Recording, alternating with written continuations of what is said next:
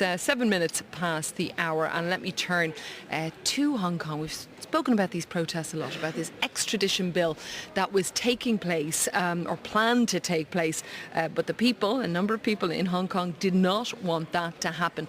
Let me bring in the BBC's Gabriel Gatehouse with us. Hi, Gabriel. Hi. Great to have you with us. He is back from Hong Kong. You might have seen some of his reports last week. Also with us is Kerry Allen, our China media analyst from BBC Monitoring, that takes a look at the media in that region, because we can hear some very different narratives coming out, whether it's mainland China or indeed Hong Kong.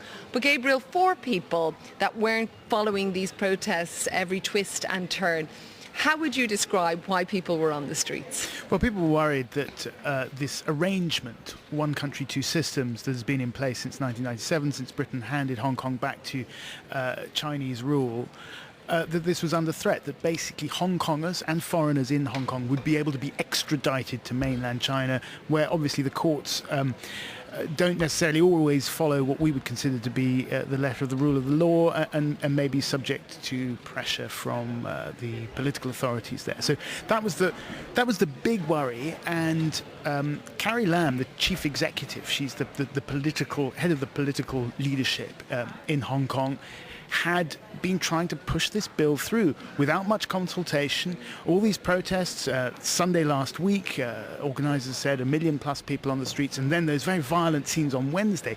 None of that seemed to induce her to back down. In fact, after Wednesday, we saw that tear gas and rubber bullets. She doubled down. She called the protesters, she called it an organised riot, potentially criminalising tens of thousands of people, and saying she would push on through with it. And then, weirdly, at the weekend, we had this unexpected U-turn.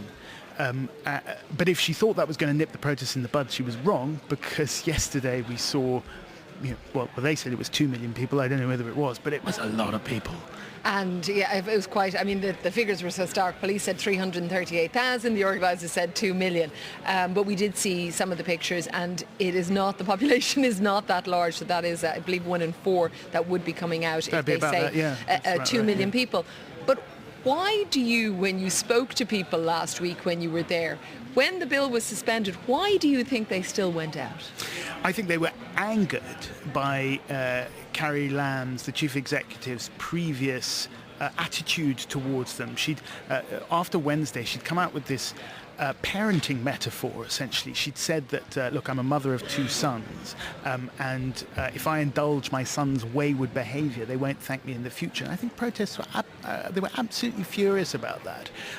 And so when she suspended the bill, I think A, they were still angry. B, I think they sensed a weakness, and they thought, we can get more. We want you to resign now, and we want you to scrap the bill altogether. So that's where we are at the moment. They're calling for her to resign. She's saying it's been suspended, and that's kind of where we are. So this is splashed all over the headlines. I find it fascinating. Gabriel, I know you were there in 2014 as well for what was called the Umbrella Revolution or protest, which we'll come to in a moment. But Kerry, you're watching all this, but what are you seeing in the media? Well, for the past week, nothing on the protest whatsoever. In Chinese language media, there has been outright censorship ever since the protest started the earlier Sunday. So the word Hong Kong was outright censored on social media. There's been a dedicated effort from government censors to remove posts that show the pictures, particularly because the government's really nervous about any pictures that show what it sees as activism against the Communist Party. So the Communist Party have been actively supportive of this bill, and they've been talking about pushing the bill through, which is basically, I mean, they've seen that Carrie Lam saying we're not going to back down. This has been very much in line with the communist message that this is a bill that the Communist Party supports. So on Saturday, it was actually quite unprecedented that she did turn around and say that it's been suspended. But yeah, people still going out onto the streets. There was the concern that, well, that doesn't mean it's cancelled. Getting back to Carrie Lam and another protagonist perhaps in this story, Gabriel, if you could tell our listeners about Joshua Wong. Right, so he was one of the leaders, perhaps the most visible leader of the Umbrella protests in 2014.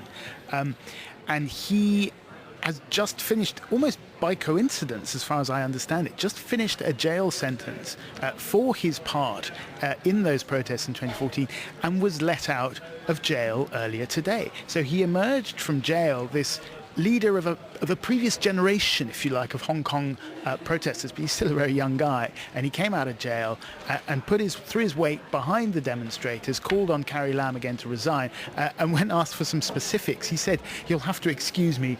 There's no internet in prison. I need to get up to speed on what's actually happening." But you can see with this figure, even though he's not the figurehead of these current demonstrations, this is another big person to throw their weight against this movement, against the Hong Kong chief executive. And he wants her also to retract this term riots because it is breaking the law, as you say. But I'd be curious for you, Gabriel, when you're there, comparing it perhaps with that previous protest and how you've seen the people of Hong Kong, or whether their sentiment has changed when it comes to pushing back. Well, I mean, let's put this in perspective first of all. Protesters in Hong Kong and even what might be termed a riot in Hong Kong, it is a very low-key affair compared to riots, let's say, in Cairo, and police responses. So globally, let's put it in perspective. Most of these protesters are extremely polite, extremely well behaved. There have been pictures in Hong Kong media of them collecting their trash afterwards and putting them in collecting bins. their trash. And then after the police had tear gassed them out of the centre of town on Wednesday, I saw the police clearing up the trash. So, there's sort of politeness on both sides here, really. But look, it was a different atmosphere from 2014. 2014 was a sort of peaceful sit-in. They were just the protesters were just kind of sitting there, hoping that just by their presence, that would have an effect. And the bottom line is it had no effect. They occupied those central streets for 79 days straight. They wanted direct representation in the legislature. Let's not forget, Hong Kong is not a democracy. They have certain rights and freedoms, but it's not a democracy. They wanted more democracy. They didn't get it. They got nothing. And what a lot of people were saying to me this time around was, we've tried peaceful protest and it didn't work. Now we've got to take direct action. So we saw direct action. What did we see?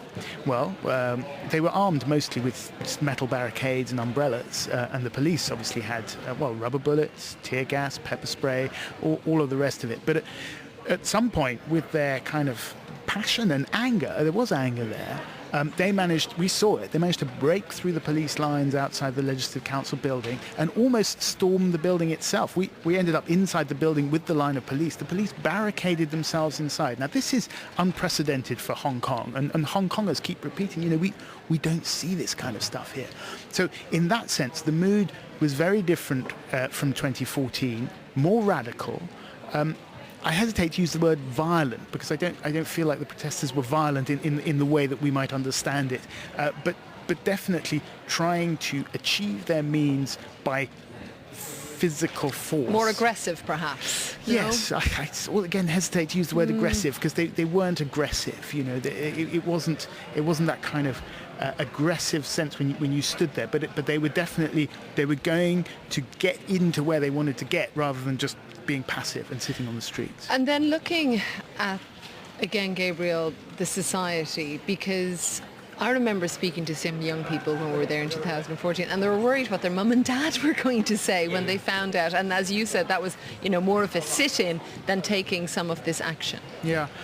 I think people are still worried about being identified as being there. Partly maybe it's mum and dad, but partly it's also the authorities. One of the things we saw on Wednesday after the quote-unquote organised riot was that all the protesters who were then taking the subway train, the metro home, were paying with cash. There were vast lines at the ticket machines. Rather than paying with their contactless card, which would have identified them, they were paying with cash because they didn't want the authorities to know that they'd been there. So there is a sense now, I think 5 years later, that the surveillance state that is in force across the border in mainland China, a state that is becoming increasingly authoritarian under President Xi Jinping, that is having an effect in Hong Kong, and that even though officially there are another 8 years left until the end of one country, two systems, that officially comes to the end in 2047, that Beijing is slowly encroaching on those rights and freedoms that they have, and that's what they're really worried about. Isn't it quite something? Because a lot of these people that were out, I know a lot were in their early 20s. Interesting to think Some of them school kids. Yeah, and that they'll be in their 50s, perhaps Right. when this actually happens, just when you think of the... And it's almost like when you speak to people about that, it's almost as if it's something that's too far away to even contemplate. They're not thinking about it. Well, I did hear that, I think, from a couple of protesters that came on as well. I'm curious, Kerry, getting back to you, the name Joshua Wong, the name Carrie Lam, are any of those, do you see them on Sina Weibo, like the equivalent of Twitter perhaps on China? Carrie Lam still does feature on Sina Weibo. I mean, because she's been supporting the government's message, so her name isn't censored and nicknames related to her, for example, 777. I mean, the former leader of Hong Kong, CY Leung, he had a nickname 689, and that's been outright censored for a long time now. But Carrie Lam has been this pretense that she's put up of, I will not back down, the government does like this, and they've got a lot of support for her, so people can still talk about her. As for Joshua Wong, not at all, no. I'm wondering, are particularly perhaps young Chinese trying to find out information about it? Is it possible to know? Well, one thing I've noticed about this, I mean, bear in mind these protests started shortly after the Tiananmen anniversary, the 30th anniversary of the Tiananmen Square massacre in 1989, that because in Hong Kong people have a lot more English capability, they can be a bit creative with Sina Weibo and they can get messages across. So, I mean, the government was very, very actively censoring Tiananmen. It knew all the terms that people use within the mainland. But within Hong Kong, there are lots of new nicknames. People can use English, they can use Cantonese, they can use varieties of Mandarin. They can be very creative in the ways that they get around this. But the censors are slowly catching up. So, I mean, last week I saw, for example, the figure 1.03 million that was being reported of the turnout in last Sunday's protest. I noticed that this was a message that people were just saying 1.03 million and posting pictures of the protests, and now they've started censoring this. So it may be that, you know, the reports that there were 2 million people that turned out this Sunday, maybe 2 million will become a censored search term next. So interesting. Isn't it? Thank you both so much for coming on, and we did mention there the democracy activist Joshua Wong, who is freed, as Gabriel was telling us, from prison. We're going to talk about him a little later on OS. He also spoke to the BBC World Service earlier, so we're going to play a little of what he had to say to us. And our latest update from Hong Kong right now, we're hearing that hundreds of protesters continue to block the road outside the office of the Chief Executive, Carrie Lam, so they're demanding talks, the withdrawal of the riot charges, which we mentioned that a number of protesters are currently facing. They're not backing down. They're not backing down. It's really interesting. It would be interesting to see if indeed this is Beijing kind of at the end of this, at the umbrella, if you like, to see what they make of this, because, you know, they can't allow this to continue. Thank you both so much for joining us. We'll talk about it again, I think.